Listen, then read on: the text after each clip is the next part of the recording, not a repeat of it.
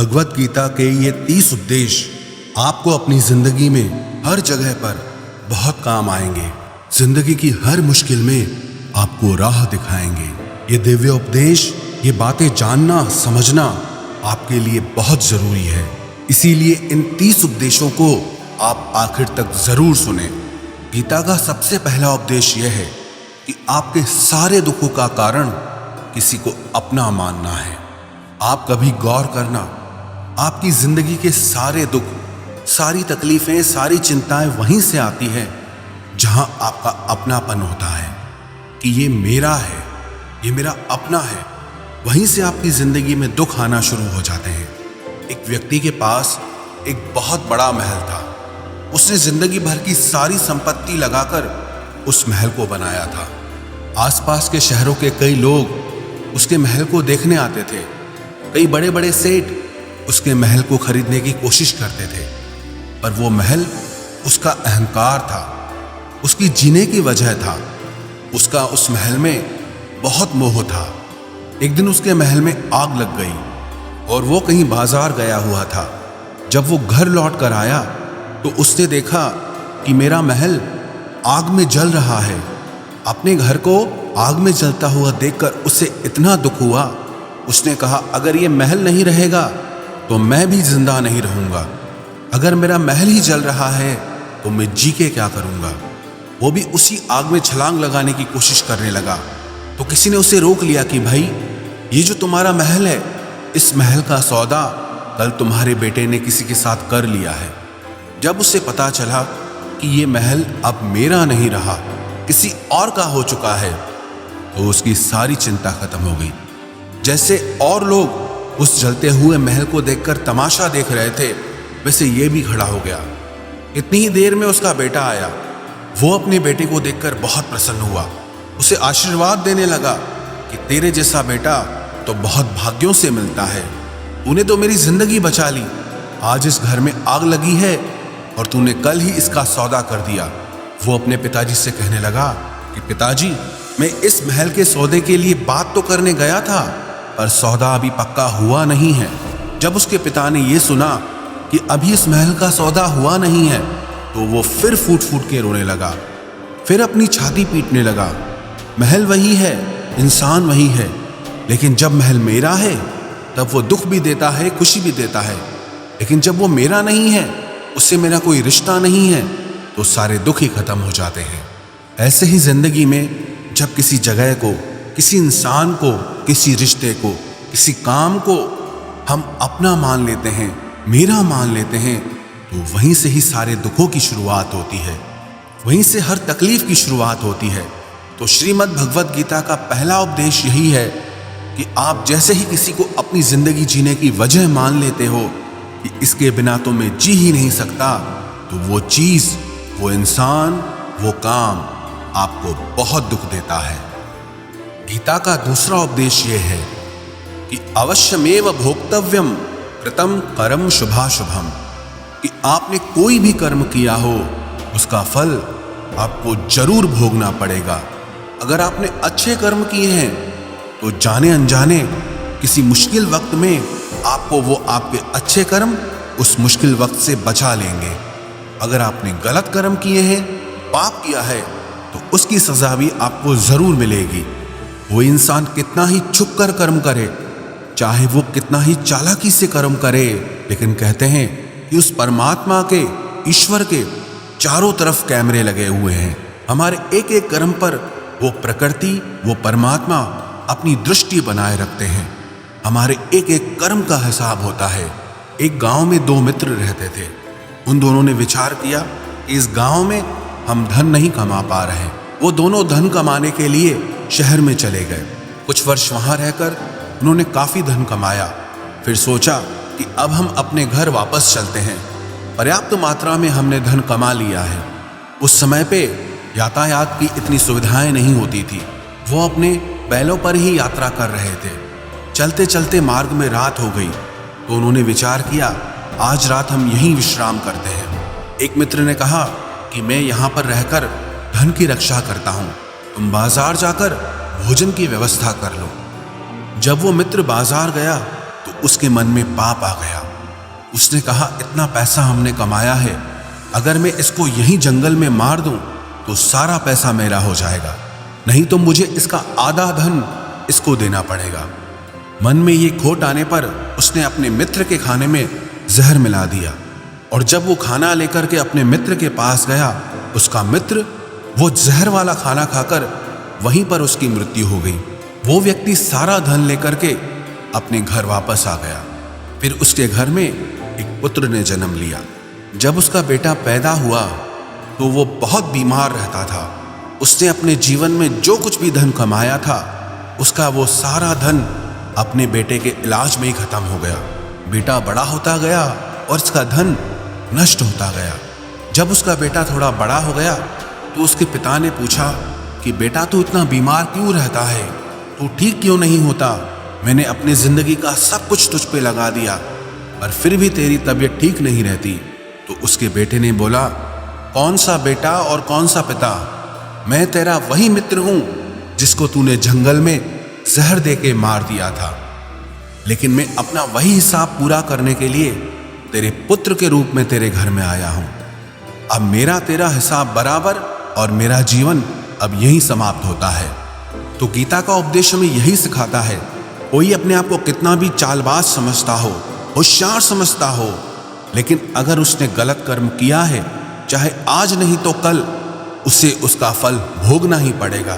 कोई भी व्यक्ति अपने कल में अटका के रखेंगे, अपने भूतकाल और भविष्यकाल में अटका के रखेंगे, तो याद रखना आप कभी खुश नहीं रह पाएंगे। और अगर जिंदगी में खुश रहना चाहते हैं तो आज में और इसी पल में जीना सीखें।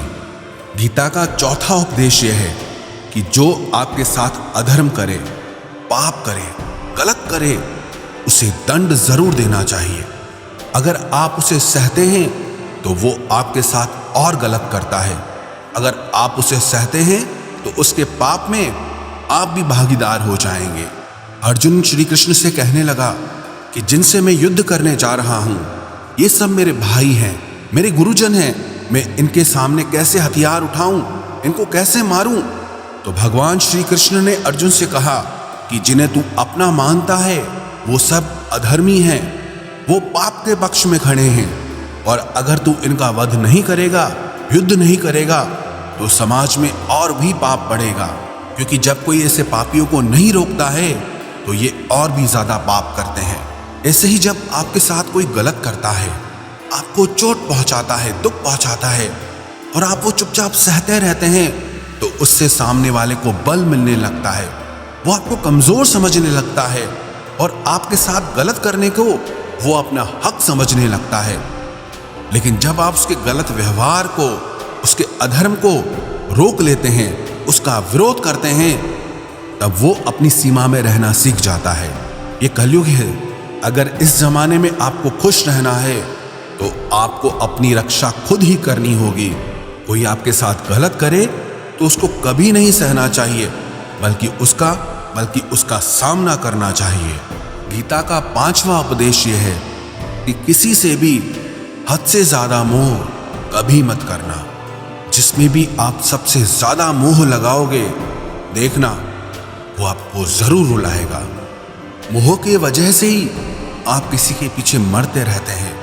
मोह के वजह से ही आपको कई बार अपना अपमान भी सहना पड़ता है, और कई लोगों को मोह की वजह से ही अपना अपमान दिखता तक भी नहीं है कि सामने वाला मेरी इज्जत तक नहीं कर रहा और मैं उसके पीछे मर रहा हूं। मोह आपकी आंखों पे ऐसी पट्टी लगा देता है कि आपको सच और झूठ दिखाई ही नहीं देता, आपको किसी इंसान का चेहरा दिखाई ही नहीं देता। आप जो देखते हैं, जो सुनते हैं, उसी पर यकीन कर लेते हैं, फिर चाहे आपको कितना ही दर्द मिल रहा हो। अगर आप किसी इंसान को ठीक से समझना चाहते हैं, किसी की सच्चाई जानना चाहते हैं, तो उसके लिए ये बहुत जरूरी है कि आप उसके मोह से जल्दी बाहर आ जाएं। वास्तविकता में रिश्ते दुख नहीं देते, आपका मोह आपको दुख देता है। जिस दिन मोह खत्म, उस दिन आपको किसी भी रिश्ते से कोई दुख नहीं मिल सकता, क्योंकि आपको फिर कोई फर्क ही नहीं पड़ेगा। गीता का 6वां उपदेश यह है कि आप वो मत करो जो सब करते हैं, बल्कि वो करो जो आपके लिए सही है। स्वधर्मम निधनम श्रेय परधर्मो भयावह। श्री कृष्ण ने अर्जुन से कहा कि जो तेरा कर्तव्य है, जो तेरे लिए सही है, जो तुझे करना चाहिए, तू वो कर। तू कभी भी वो काम मत कर जो दुनिया कर रही है। क्योंकि अर्जुन श्री कृष्ण से कहने लगा कि ऐसे भयंकर युद्ध में पड़ने से अच्छा है कि मैं सन्यासी बन जाऊं। तो श्री कृष्ण ने अर्जुन से कहा कि सन्यासी बनना तेरा कर्म नहीं है, तेरा धर्म नहीं है, तू क्षत्रिय है। तेरा कर्म और तेरा धर्म यही है कि तू अधर्म का नाश करे, धर्म की रक्षा करे। ऐसे ही हर इंसान का एक अलग कर्तव्य होता है, एक अलग ही मार्ग होता है। तो कभी भी उस मार्ग पे मत जाना जहां सारी भीड़ जा रही हो। कभी भी वो काम मत करो जो दुनिया करती है कि आजकल ये ट्रेंड हो गया है, ये फैशन हो गया है, सब करते हैं इसलिए हम भी कर रहे हैं। सारी भीड़ यही काम कर रही है इसलिए हम भी यही कर रहे हैं। अगर आप वो करोगे जो भीड़ कर रही है तो आप भी उसी भीड़ में कहीं खो जाओगे। लेकिन अगर आप वो करोगे जो आपके लिए सही है, जो आपकी प्रतिभा है, तो दुनिया की सारी भीड़ में भी आप सबसे अलग नजर आओगे। गीता का 7वां उपदेश यह है कि जिंदगी में धोखा अपने ही देते हैं, क्योंकि उनको आपकी कमजोरियों का पता होता है। बाहर वाला आपको धोखा नहीं दे सकता, क्योंकि उसको आपके बारे में पता ही नहीं है कि आपको चोट कहां पहुंचती है। लेकिन जो आपका अपना है, आपका खास है, उससे बहुत गहराई से पता होता है कि इसकी कमजोरी क्या है, क्या ऐसा करे जिससे इसको दर्द पहुंच सकता है, जिससे इसको हम नीचा दिखा सकते हैं, इसको चोट पहुंचा सकते हैं। ये कलयुग है, इसमें बाहर वालों से नहीं, जो हमारे अपने हैं उनसे ही सावधान रहना होता है। महाभारत का युद्ध दो अलग राजाओं में नहीं हुआ, बल्कि एक ही परिवार के भाइयों में हुआ था। सब आपस में एक ही वंश के लोग थे। कितनी बार दुर्योधन ने जहर देकर के भीम को मारना चाहा, न जाने कितनी बार दुर्योधन ने पांडवों को जान से मारने की कोशिश की। वो उसका पराया नहीं था, उसका भाई था। सारी लड़ाइयां घर के अंदर ही होती है, बाहर कौन लड़ेगा हमसे? घर में ही सारे झगड़े होते हैं। तो आपको चोट सिर्फ वही लोग पहुंचा सकते हैं जो आपके अपने हैं। आपको धोखा सिर्फ वही लोग दे सकते हैं जो आपके अपने हैं। गीता का 8वां उपदेश यह है, जो इंसान अपनी रक्षा खुद नहीं कर सकता ना, और युद्ध भी करते रहना। अर्जुन ने श्री कृष्ण से पूछा कि ये युद्ध तो कुछ दिनों में समाप्त हो जाएगा, लेकिन आप कह रहे हैं कि तू हमेशा मेरा स्मरण करता रहे और युद्ध करते रहना। हमेशा युद्ध करने का क्या मतलब है? तो श्री कृष्ण ने अर्जुन से कहा कि ये जिंदगी ही रणभूमि है। इस जीवन में सुख दुख आते रहेंगे और तुझे उनका डट के मुकाबला करना है। श्री कृष्ण ने ये नहीं कहा कि तू चुप करके बैठ जाना और मैं लड़ाई करूंगा। बहुत गहराई है गीता के ज्ञान में। हमारे जीवन की डोर भी संभाल के ईश्वर बैठे हैं, लेकिन युद्ध हमें ही करना है। ईश्वर को याद करना है कि हे ईश्वर, मुझे शक्ति देना, मुझे समझ देना, मुझे बुद्धि देना, ताकि मैं अपनी जिंदगी की सारी लड़ाइयां जीत सकूं, मैं जिंदगी में सही मार्ग पे चल सकूं। लेकिन आपको अपनी लड़ाई भी खुद लड़नी पड़ती है। जो लोग ये कहते हैं कि हम कुछ नहीं करेंगे, सब वो ईश्वर करेगा, तो कहते हैं कि आलसी इंसान को देखकर तो भगवान भी घबरा जाता है कि ये कुछ नहीं करेगा। भगवान ने बुद्धि दी है, समझ दी है। ईश्वर आपको प्रेरणा देते हैं, शक्ति देते हैं, लेकिन आपको अपनी रक्षा स्वयं ही करनी होगी। गीता का 9वां उपदेश यह है कि कोई भी ऐसी गंदी आदत खुद को मत लगने देना जो आपकी जिंदगी बर्बाद कर दे। कहीं ना कहीं महाभारत का ये युद्ध एक जुआ की आदत की वजह से ही शुरू हुआ था। सारा खेल वहीं से शुरू हुआ था। एक ऐसी जुआ की लत जहां युधिष्ठिर ने अपने भाइयों को दांव पर लगा दिया, अपनी पत्नी को दांव पर लगा दिया। ऐसा जीतने का नशा कि अपना सब कुछ गंवा दिया।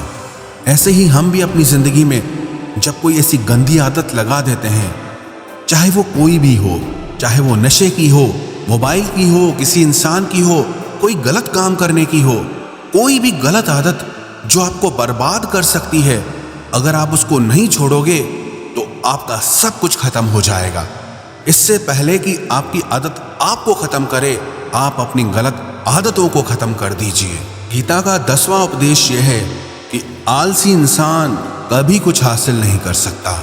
अधिकतर लोग सिर्फ योजनाएं बनाते रहते हैं कि मुझे बड़ा घर चाहिए, मुझे बड़ी गाड़ी चाहिए, मैं दुनिया घूमना चाहता हूँ। क्या क्या चाहिए ये हर कोई सोच लेता है, लेकिन उस पर मेहनत करना वो बहुत कम लोग करते हैं।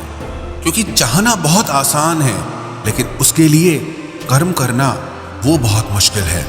एक अच्छा फिट शरीर हर कोई चाहता है, लेकिन उसके लिए व्यायाम करना, एक्सरसाइज करना वो आपको ही करना होगा। जो इंसान आलसी बन के बैठ जाता है, ना उसे अच्छा शरीर मिलता है और ना ही अच्छा जीवन मिलता है। तो जिंदगी में अगर कुछ पाना चाहते हो ना, आलस्य को अपनी जिंदगी से जरूर दूर कर देना। आलस के चलते आपको कुछ मिलने वाला तो नहीं, लेकिन जो आपके पास है आप वो भी गंवा दोगे। गीता का 11वां उपदेश यह है कि जिंदगी में अगर खुशी चाहते हो तो मन की गुलामी का त्याग कर दो। कई लोग कहते हैं कि हम करना तो बहुत कुछ चाहते हैं, लेकिन कुछ कर नहीं पाते। पता भी सब कुछ है कि क्या करने से हमारी जिंदगी बेहतर हो सकती है, क्या चीज है जो हमको नुकसान पहुंचा रही है, लेकिन फिर भी कुछ कर नहीं पाते। समझते सब कुछ है, लेकिन समझ कर भी, चाह कर भी कुछ कर नहीं पाते। वो इसीलिए होता है क्योंकि आप अपने मन के गुलाम बन चुके हो। अरे लोग तो अपनी जीभ का स्वाद तक नहीं छोड़ पाते, फिर कहते हैं कि हम पतले नहीं हो पाते हैं, फिट नहीं हो पाते हैं, सक्सेस नहीं मिल रही है। क्योंकि जो आपको करना चाहिए आप वो करते नहीं हैं। आपका मन सब कुछ समझ कर भी आपको वो करने नहीं देता। इसलिए जिंदगी में अगर आगे बढ़ना है, मन से चलना छोड़ दो। जो आपके लिए सही है वो आपको करना ही पड़ेगा। गीता का 12वां उपदेश यह है कि जो आपका है वो आपको मिलकर ही रहेगा, और जो आपको नहीं मिला है उसके लिए रोना छोड़ दो। आप जिसके लिए जितना रोओगे वो चीज आपसे उतना दूर जाएगी, और जो चीज सच में आपकी है वो कहीं ना कहीं से आपके पास जरूर पहुंच जाएगी। इसलिए जो आपको जिंदगी में हासिल नहीं हो रहा या हासिल नहीं हुआ, उसका पछतावा करना, उसके लिए रोना आप बिल्कुल बंद कर दो। गीता का 13वां उपदेश यह है कि आप संसार से जितना प्रेम लगाओगे उतना ही जीवन में दुख और पीड़ा का अनुभव करोगे। गीता का 14वां उपदेश यह है कि जिस इंसान को बात बात पर क्रोध आता है, सुख और शांति उसके जीवन में कभी नहीं आ सकते। क्योंकि जो इंसान बहुत ज्यादा क्रोधी होता है ना, उसके सारे मित्र उसे छोड़कर चले जाते हैं। वो मन में भी कुढ़ता रहता है, वो अपने मन में भी दर्द में ही जीता है, तकलीफ में ही जीता है। ज्यादा गुस्सा करके, ज्यादा क्रोध करके जो भी आपके पास है, देखना आप उसे भी नष्ट कर दोगे। और ऐसे इंसान को शांति तो कभी मिलने वाली नहीं है। इसलिए अपनी जिंदगी में शांति चाहते हो तो बात बात पर गुस्सा करना छोड़ देना चाहिए। गीता का 15वां उपदेश यह है कि चाहे आप किसी की मदद करो या ना करो, लेकिन जानबूझकर कभी किसी का दिल नहीं दुखाना चाहिए। क्योंकि जब किसी का दिल आपकी वजह से दुखता है ना, तो याद रखना आपको भी वो दर्द एक दिन जरूर मिलेगा। क्योंकि जब आप किसी का दिल दुखाते हैं तो आपको पता नहीं चलता, लेकिन जब कोई आपका दिल दुखाता है तब आपको समझ में आता है कि दिल पर चोट लगने से कितना दर्द होता है। इसलिए चाहे आप किसी की मदद करो या ना करो, लेकिन किसी का दिल कभी नहीं दुखाना चाहिए। गीता का 16वां उपदेश यह है, जो मुश्किल वक्त में, जो दुख के समय में आपका साथ दे, सिर्फ वही आपका अपना है, बाकी सब पराए हैं। अपनेपन का नाटक करने वाले बहुत लोग होते हैं, बड़ी बड़ी बातें करने वाले बहुत लोग होते हैं कि हम आपसे बहुत प्रेम करते हैं, कोई भी दुख हो, कोई भी तकलीफ हो, हमें याद करना। लोग दुख उठाने की बात करते हैं, लोग आने जाने की बात करते हैं, हाथ मिलाना तो ठीक से नहीं जानते और दिल मिलाने की बात करते हैं। जब सच में आपकी जिंदगी में तकलीफ आएगी ना, तब आपको समझ में आ जाएगा कि आपका साथ देने के लिए कौन खड़ा है। क्योंकि उस समय पे सारे लोग भाग जाते हैं, क्योंकि लोगों को पता होता है कि ये व्यक्ति हमारे पास आया तो हमसे मदद ही मांगेगा, हमको कुछ दे नहीं पाएगा। लोग आपसे सिर्फ तभी रिश्ता रखते हैं कि आप उन्हें कुछ दे सकते हैं, आपसे उन्हें कुछ फायदा हो सकता है। लेकिन जब लोगों को ये पता चल जाता है, समझ में आ जाता है कि उनको आपसे कोई फायदा नहीं होने वाला, बल्कि उनको आपकी मदद करनी पड़ेगी, तो वो आपको दूर से ही देख के भाग जाते हैं। इसलिए जो आपके मुश्किल वक्त में आपके साथ खड़ा हो जाए, सिर्फ वही आपका अपना होता है। बाकी इस दुनिया में सब पराए हैं, क्योंकि सिर्फ अपना अपना कह देने से कोई अपना नहीं हो जाता। गीता का 17वां उपदेश यह है कि जो कुछ भी होता है अच्छे के लिए होता है, जो हो रहा है वो भी अच्छे के लिए हो रहा है, और जो आने वाले भविष्य में होगा वो भी अच्छे के लिए होगा। हालांकि ये बहुत गहरी बात है। कुछ चीजें जिंदगी में ऐसी होती हैं जो हमें लगता है कि मेरे साथ ही ऐसा क्यों हुआ, मेरे साथ ही होना था ये सब।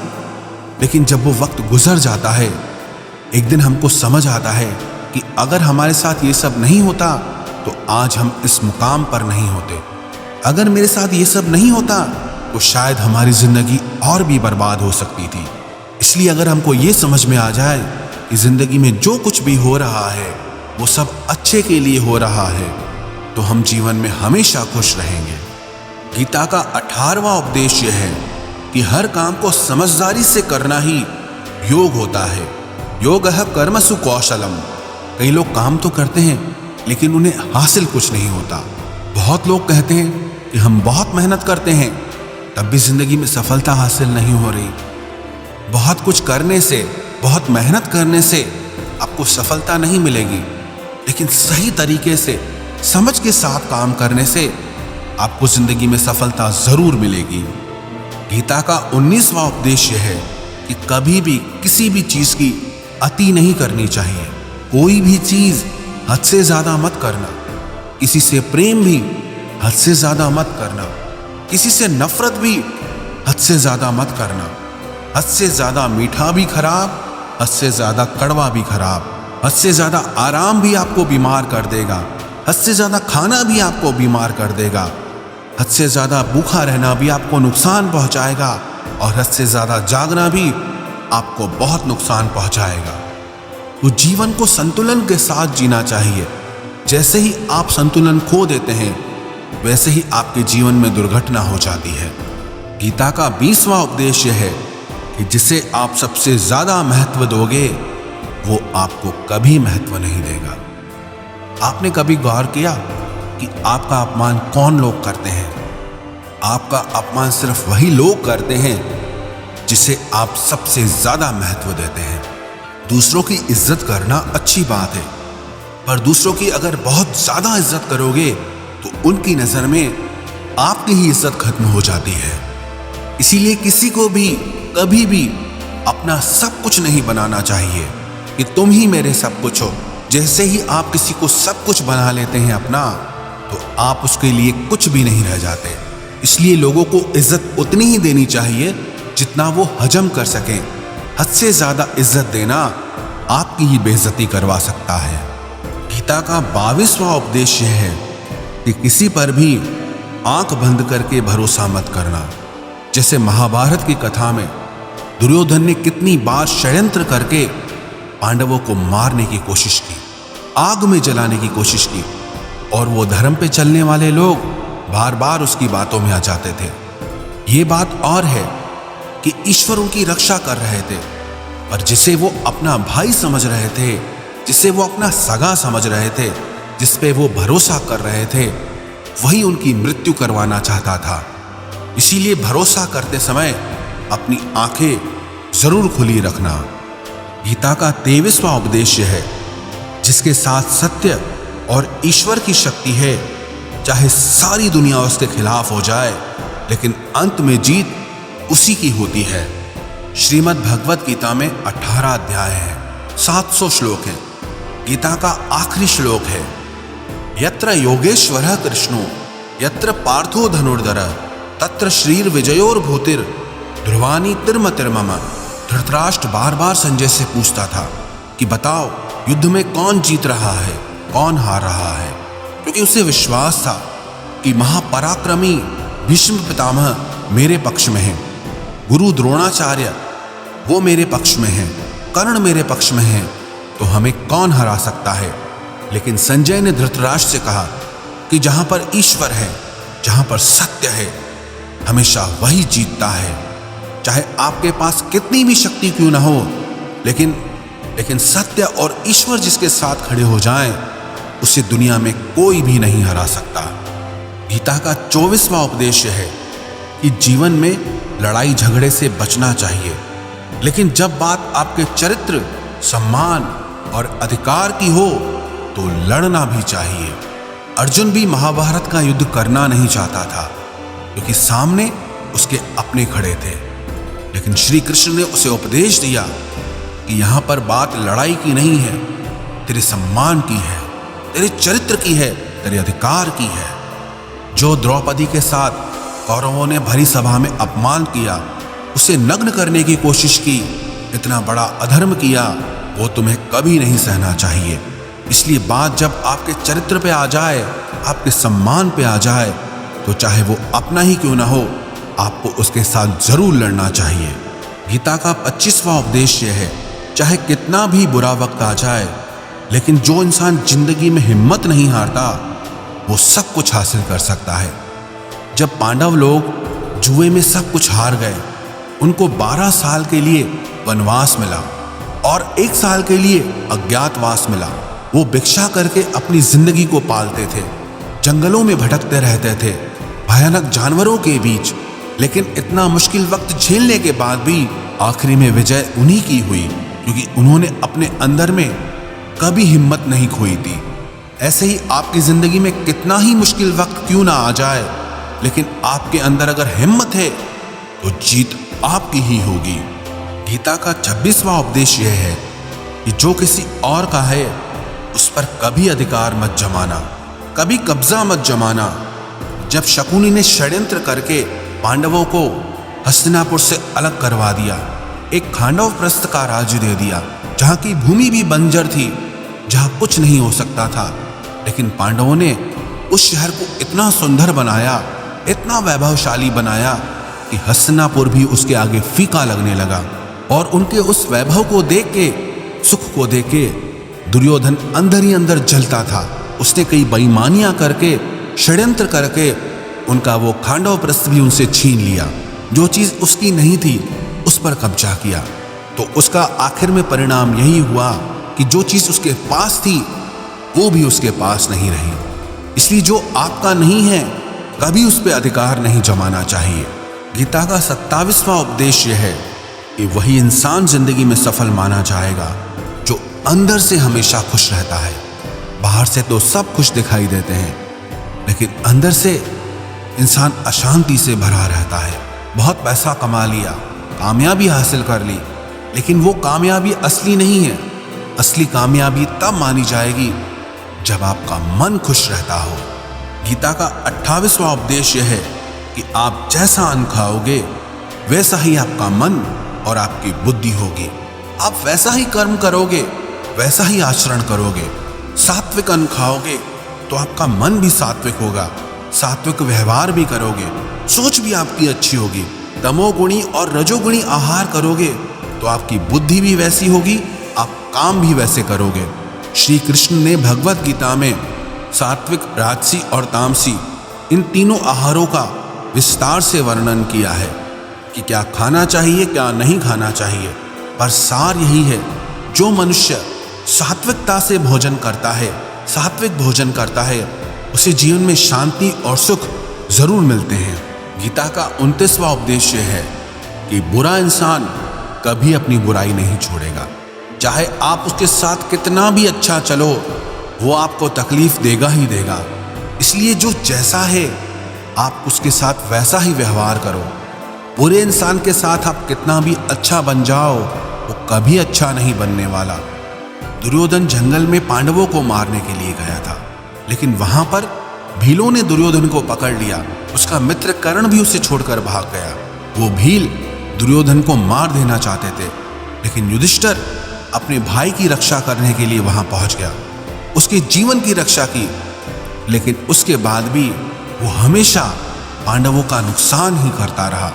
इसलिए अगर कोई इंसान बुरा है, उसके साथ आप ज्यादा अच्छा बनने की कोशिश मत करो। जो जैसा है आप उसके साथ वैसा ही व्यवहार करो। गीता का 30वां उपदेश है कि जो इंसान अपने कामों को समय से खत्म नहीं करता, समय की कदर नहीं करता, उसकी जिंदगी का सारा समय व्यर्थ में ही समाप्त हो जाता है। क्योंकि समय ही आपका जीवन है। अगर आप समय को व्यर्थ ही नष्ट करते रहेंगे, व्यर्थ के कामों में गंवा देंगे, तो आपको जीवन में कुछ भी हासिल नहीं होगा। अगर कुछ जिंदगी में पाना चाहते हो तो समय की कदर जरूर करना। जो भी व्यक्ति गीता के इन 30 उपदेशों को रोज सुनेगा, समझेगा, तो जिंदगी की कितनी भी मुश्किल से मुश्किल घड़ी क्यों ना आ जाए, उसे ऐसे मुश्किल समय में भी रास्ता जरूर मिल जाएगा।